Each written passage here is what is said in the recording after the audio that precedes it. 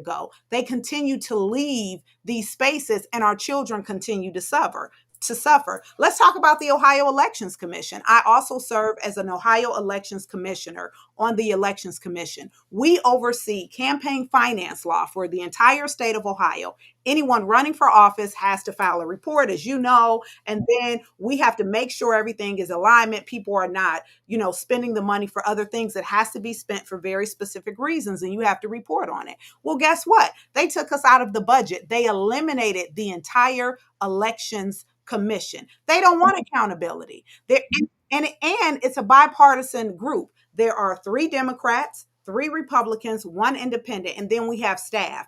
They wiped everything out, zeroed us out the budget. That takes effect January 1. What folk have to do is not sit on the couch and complain, watch Fox or NBC, whatever our local news, because I don't have TV, so I don't know what the local channels are anymore. Whatever you're paying attention to in social media, get on the phone, call the governor's office. You don't need to call Representative Terrence Upchurch and tell him the problem, because he's literally on your side. You need to be calling the folk on the other side and saying how adverse you are to what they are doing. Apply pressure to those folk. Yes, the elected officials, Dontavius Geralds, they have to push back and apply pressure. That is my position as well. But we need you all to rise up, make those phone calls, call the Senator Serino, who's over finance, who said yes to this bill. Call him and tell him absolutely not. No, he's not in your district, but when he passes this bill, if the governor does not veto it and it goes into effect, it impacts every last one of us. That's just the tip of it. Again, we're talking 5,583 pages. That's not by accident. That is by design that a budget would be that big.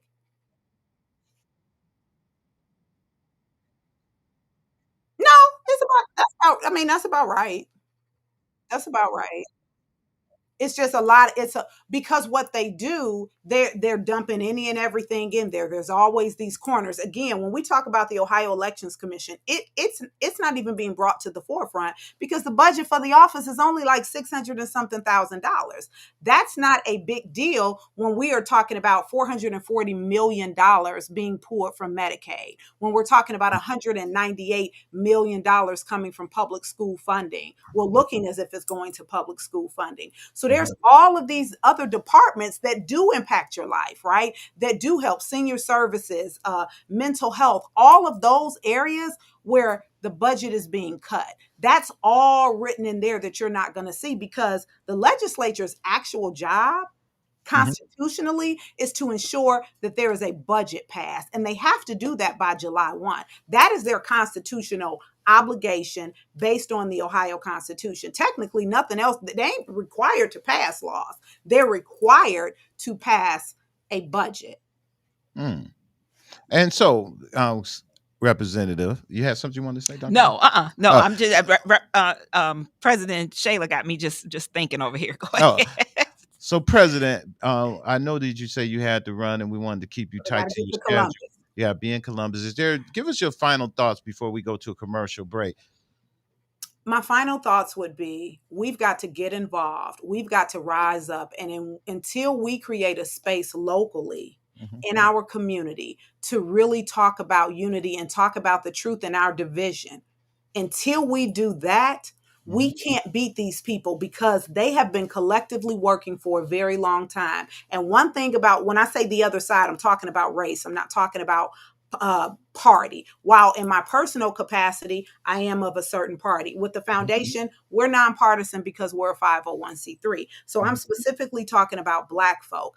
Until we come together, we're going to continue to let them win. And until we stop allowing ourselves to be used. I don't have to like you, Ken, but I don't have to go and tell somebody on the other side. What needs to happen is, when someone knows that I don't like you, they should be willing to bring you and I together at the table and figure out, why don't I like you? Because usually it's all about some ego mess. Mm-hmm. It's really not about the business at hand, but this is what they've done to us forever, and we continue to uplift it and perpetuate it. The real change is going to come from us as individuals. If we're looking for someone to save us, we've got to look within ourselves. And until we do that, I think and I believe no matter how hard I fight, we will continue to be in the same position. So it's time for each individual Black person specifically to rise up. What is your calling? What can you do differently? Those are my final words.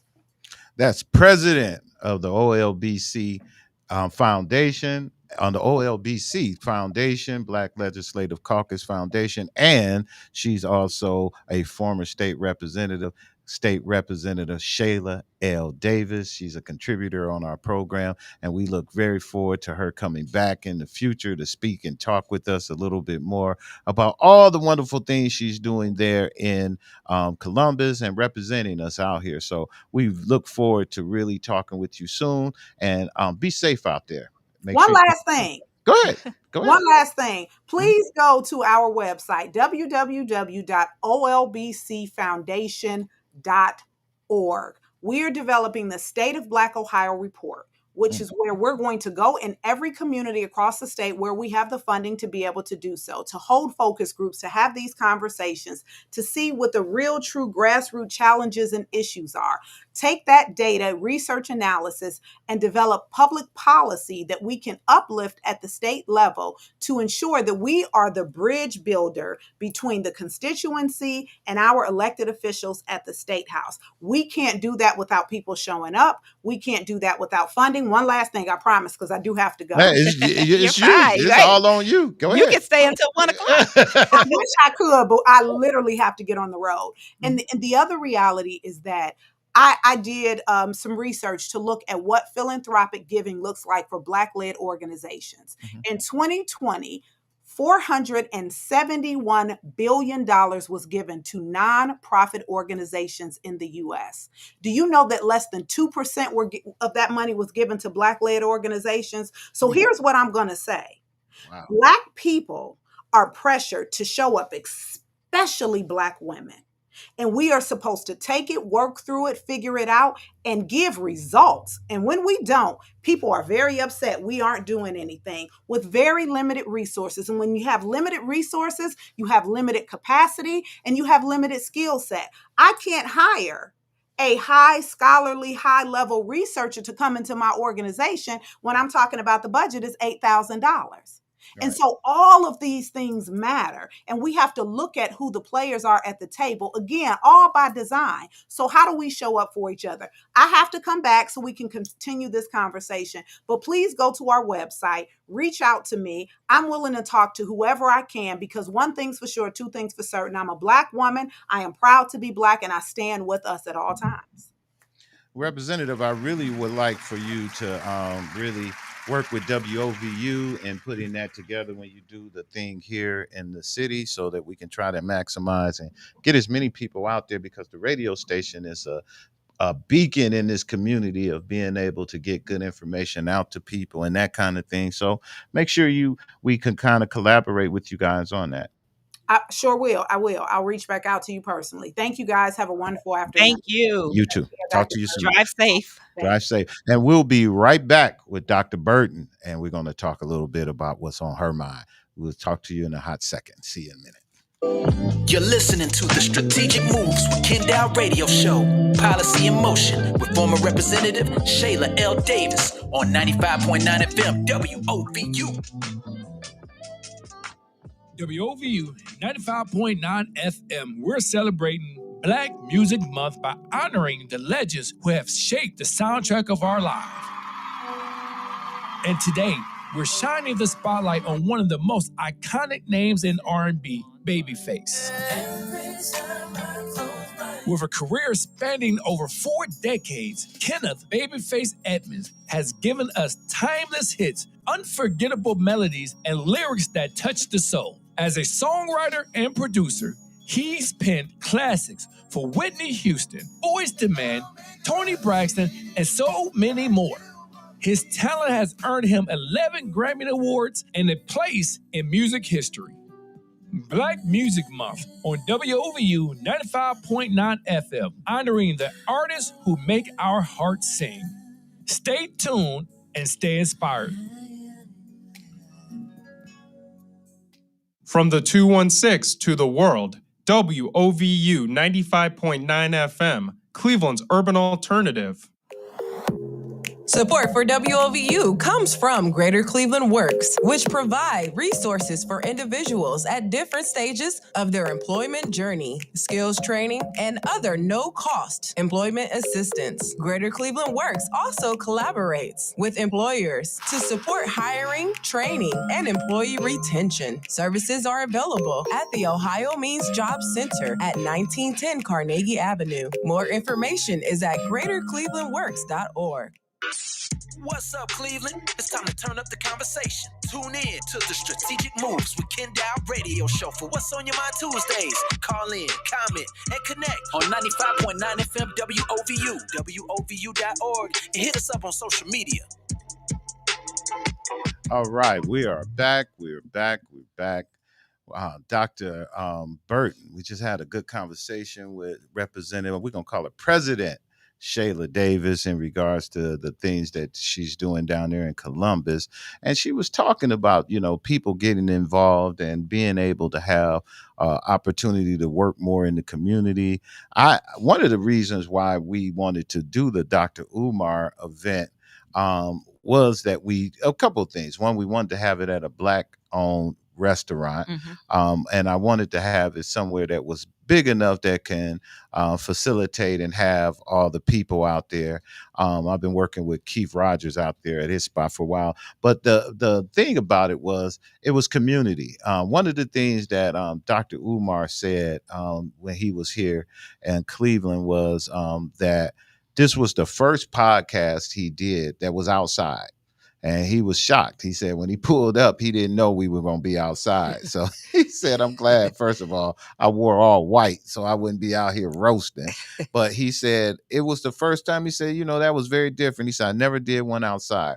But he also talked about how it felt community. It felt like, when you're out there and you're looking out there, it was more community. If we did it in a lecture hall or someplace like that, yeah, you can get that. And there's a certain group of people who like to go there. But we always talk about trying to meet people where they at.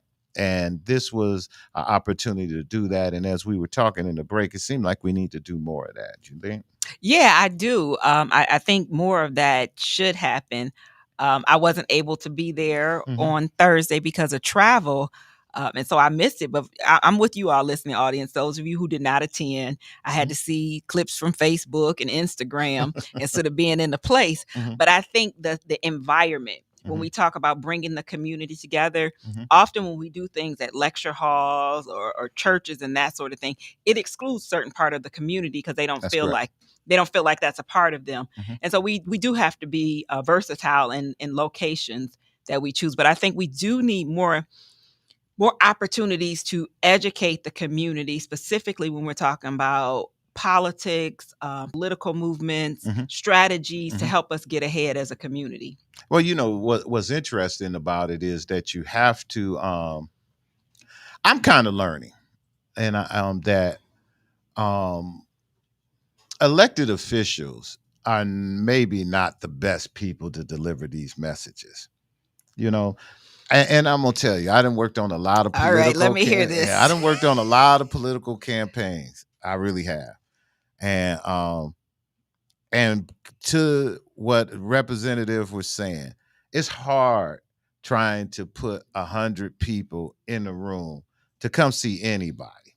Now, Chantel is at the top of our food chain, we would say, and Chantel gets a lot of help. When Chantel says she wants to do an event, no, Chantel gets a lot of help. She gets a lot of help from people in the community, her staff, her people that work. So that's a lot for her. Average council person, state representative, as you go down, that supply, all of that gets smaller and smaller, which means it's harder for them to get people to come out. we started this podcast thing, and I said, hey, we wanted to bring Dr. Umar in. I'm telling you, we got about 600 people who wanted to RSVP, who wanted to come in there to see it on that particular day, walking through the door. We got maybe, say, 300 folks who actually came, right? So with that being the case, what I'm thinking is that it's the message. I think sometimes the Democratic Party is screwed up so bad. I mean, I'm just, they just are that. I think bringing in some of their leaders to talk to folks just ain't getting the message across. That's why they're not getting the people to come to the room. And I think that's why. So if we're going to educate and if we want to have these kind of meetings, I think it's going to be important that we bring in folks who can deliver the message that may not be political. It may be, Dr. Burton. It may be somebody else, but it has to be something different that people look at, that we can attract them there. Because I'm telling you, these elected officials, they're not hearing them. Well, and I think the issue with that too, and I would say, is that, people love popularity from social media. Right. And so when somebody becomes popular through social media That's and true. other outlets, true. it's That's going true. to bring out a crowd. That's true. Public officials are not popular At in all. the social context. At all. Like, ain't nobody trying to follow the political officials and be like, oh, yay, I like what they said today. And so I think you're right that we have to think about, how do we attract the audiences to learn the same information? Right. And there's, I use that word all the time, there's a disconnect between the community and political officials, elected leaders.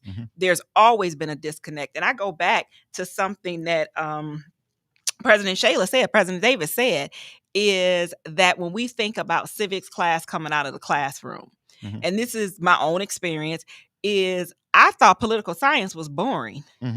Like, I didn't want to take political science. Right. And so if you have, even if it's in the classroom, if you don't have the right educators teaching you about government and teaching you about public policy, it's not an interesting subject matter. It's like history. Right. And one of the reasons why I try to engage in active participation for my historical classes. But that's the thing that happens with government. People are detached because overall, it's not the day-to-day excitement of folks' lives. Correct. Well, it actually is, but they don't see how it is. But they don't see how, because we got a whole book we can write about what's happening now. Exactly. And everybody got too much other stuff to do. I mean, it's like, if it don't really affect you right away, you really ain't got time for it. You got your own set of issues, your own kids stuff you got to do, your own family stuff you got to do. So you ain't got time to really keep up with what they're doing in DC. Yeah. And like you say, a 5,000 page document, 5,583 pages, of how we gonna take your money from you. That's all it is. A budget, and allocating the wrong way. The wrong way. Yeah. Yeah. I agree. It's one of those things where and I'll give an example for me right now. Is I have become completely disconnected, that I've had to be purposeful and intentional, specifically because of doing the show, that I need to know what's going on. Right. But after everything happened, after Joy Reid, I stopped watching MSNBC. I don't listen to CNN. And so that was my news channels, that every morning I'm listening to the news, even to the point I listen to Fox. And people, and I only listen to Fox. Let me clarify. I only listen to Fox to hear the opposing view, so that I know what these crazy people are thinking. Exactly. And I'm telling you, you can only listen to Fox for about 2 minutes, because outside of that 2 minutes, you gonna leave with a whole new attitude and be pissed. Oops, radio. You're gonna be really upset about that. And so if I take myself and we think about the general population, and we think about others, it's so easy to become disconnected from politics. Oh, yeah. When life be lifing. Yeah. And with so many other options. That's why I was going to say it's too many options. Yeah, it is. You can get disconnected real quick by just, like you say, I'm not going to do that, but I'm going to just look at TikTok. You can get it, or go into Instagram or anything. It'll take you down a rabbit hole that you'll be. Yeah, because TikTok and Instagram will take you down. I go down a rabbit hole very often, and I'll be like, oh, I got to cut this off. But I'll tell you something else. Right. So I cut all of my cable services. Really? And I only stream. I don't have any cable. We do the same thing. But then what I realized is how much TV there is. Yeah. it has become overwhelming for me. Like some days I sit down and I won't even watch it because it's just It's too just much. too much stuff on there. I'm to like, watch. I don't know whether to watch Netflix. Do I watch Hulu? Right. Do I watch Prime? But let me do tell I watch y'all, Disney? I'm gonna give y'all the secret. It ain't nothing on none of them. Okay, I spend all day. It's a daily ritual. I come in the house, I get the remote, I start out looking, can't find nothing. And you know where I end up every day? Where? On YouTube. But see, I find stuff. But now again, remember, I had the acting experience. So when we come from that acting background, a lot of stuff I watch too for technical things. Yeah. And Well, I'm looking at credits. I'm the credit reader. So you're doing all that. No, I tell you what, I'm skipping over that movie Straw. I actually watched it. I skip over every time I see But it. see, I try to watch many things that are by Black people, whether I like it or I don't. I can't just for the support. He got quit. Because I can dislike. He got quit it. But I think he got to stop that. We have to give him his props for what he has accomplished. Well, now script wise and material wise, it's a whole he made Straw another thing. And then he turned around and the next movie he made was Divorce Girls. Oh, that's that new series, isn't it? He got a new series of Black divorce girls. He got Straw. It's just like, man, but did you? I heard an interview. Black women should have a problem with Tyler. But Perry. I heard an interview. That's who should have a problem with them. And I told somebody, some Black women should have a problem with Tyler Perry just because of the makeup and hairstylists he get to make us look like that. But I watched an interview once, and the actresses, and not to get off on Tyler Perry, but the actresses said, which pointed out a big thing to me, is that he is like the one take person. You cannot get good film in one take. Right. And so if everything that you're doing is like this mass production that you're trying to get it out, this is why we get what we get. It's like Tubi. Yeah. And if he didn't have some of the actors that he had, the material would really come forth. He could do better with some of them. I mean, it seemed like he comes out the same bag every movie. It's the same bag every movie. And but we like give it. Us something. No, y'all do. And that's what, I tell my wife all the time. I say, hey, he's definitely catering to the right people because it's like I looked at the I guess you say the poster or the picture of that movie Straw. It's depressed. She look all messed up on the picture. That's because y'all we used to seeing Taraji in a certain light. She don't look like the Taraji we know. Everybody who said they watched the movie, they got these TikToks and things. Everybody crying and like just. I'm like, a matter of fact, I told this. It came up in the rotation on Father's Day. And I said, I'll be doggone if we're going to be watching Straw up in here today. We are not watching Straw on Father's Day. The best TikToks are the ones that imitate Tiana Taylor's walk in the movie. Those are the best ones. You got to watch those. No, imitating that walk. I am not watching that movie Straw. They said, though, and did you ever watch the movie John Q? They said it's just a female version of John Q. But John Q was much better written and produced and developed. I can't put because John Q was a really good movie. I get it was a female version, sort of, yeah. But like I told somebody, I was listening. Tell you the technical side of me of how many lines were the same that Taraji P. Henson said. They were the same. The same. Wow. In a different context, but the same type of lines for the movie. Wow. And so it's little things like that I pay attention to, and many other people probably do as well. But I'll give you another example is when I was so remember when Tyler Perry first came out with the plays. And I went to one of his plays and I was sitting there like, these people are enjoying this buffoonery. I mean, like going crazy. Right.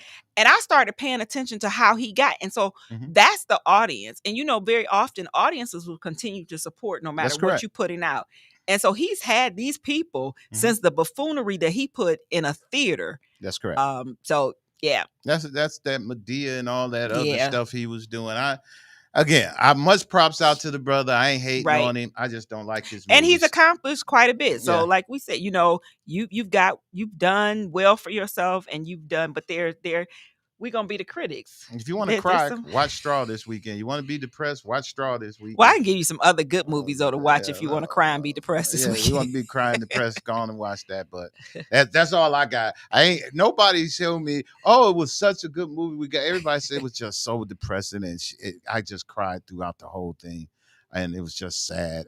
Even the picture, like I'm saying, it's like her sitting on the side of a bed, like getting. It's like, but it's interesting because apartment was all raggedy. Yeah, everything was. I mean, because she was destitute. Jeez. But I'm trying to figure again. I didn't cry. Yeah. So I didn't have any type of emotion behind the movie. I watched the movie just because it was a black man that wrote it. It was a black man movie, and it was Straw, and it was Tyler Perry. Every time y'all see black man movie, Tyler Perry, y'all always come be the. Well, not everything for Tyler Perry. It depends on who he has in it. And so I am a Taraji fan. Well, I'm a Taraji fan, but I couldn't do that. You couldn't see Taraji with that ponytail on top of her head. Oh, no. Looking terrible, man. Like, not only they told her don't put no makeup on, they told her don't wear no makeup for the next week. We gonna shoot on Wednesday, so stop wearing makeup on Thursday of last week. Well, you know it don't take but one day to go without makeup, and you can look like that. She looked terrible. We're about to wind down. Pastor Phillips walked in the door. I'm gonna just let him say hi before we get out. We got about 2 minutes. What's going on, sir? How you doing, Brother Kendall? How you doing, Doctor? I appreciate this program. I'll get off Tyler Perry. I watch Straw. I'm a man. I watch.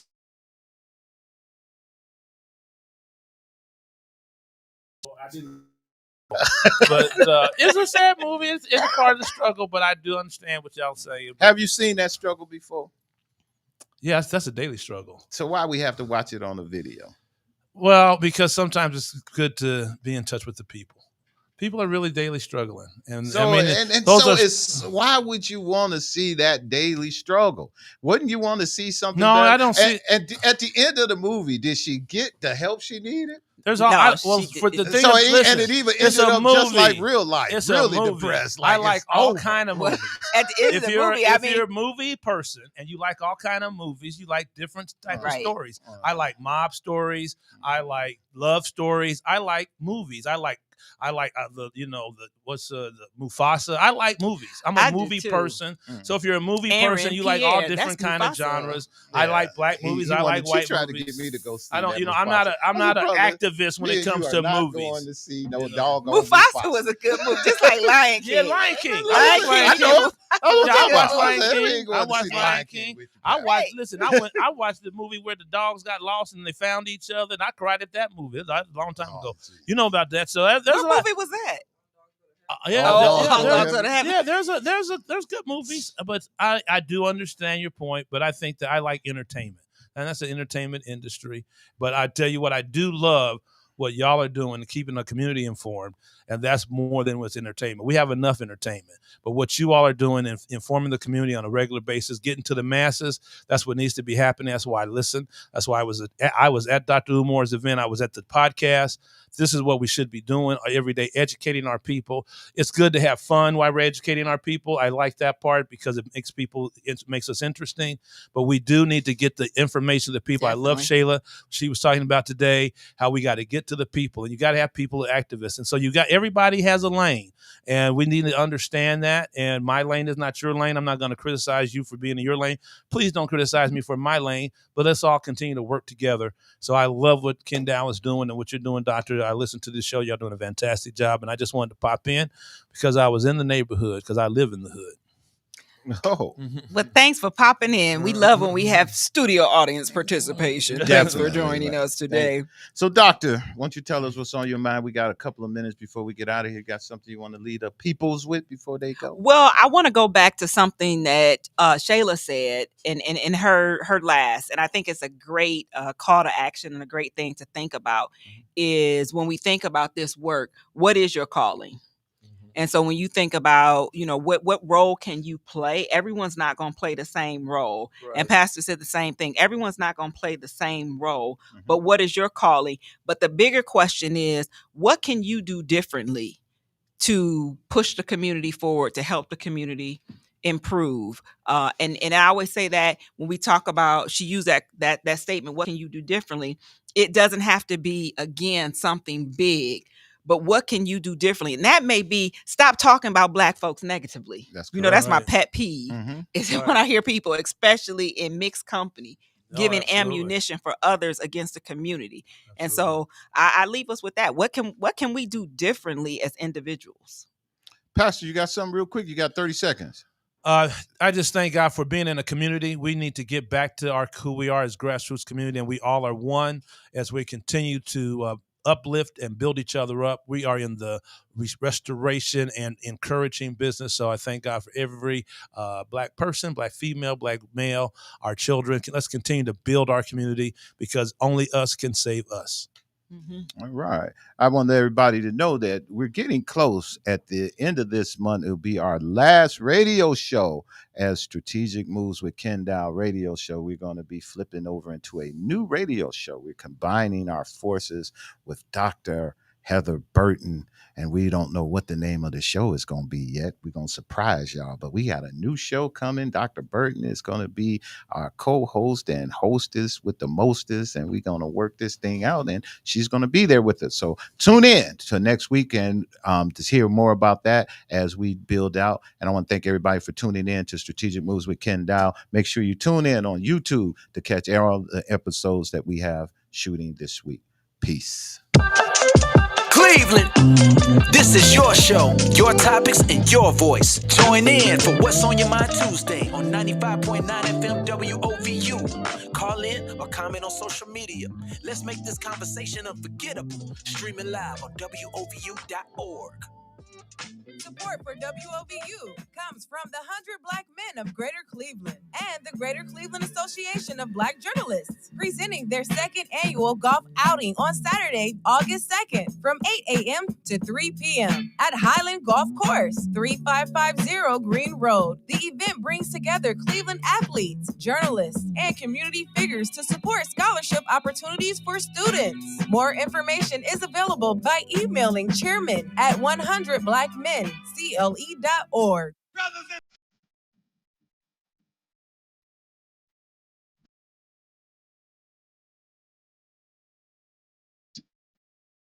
You already know what it is.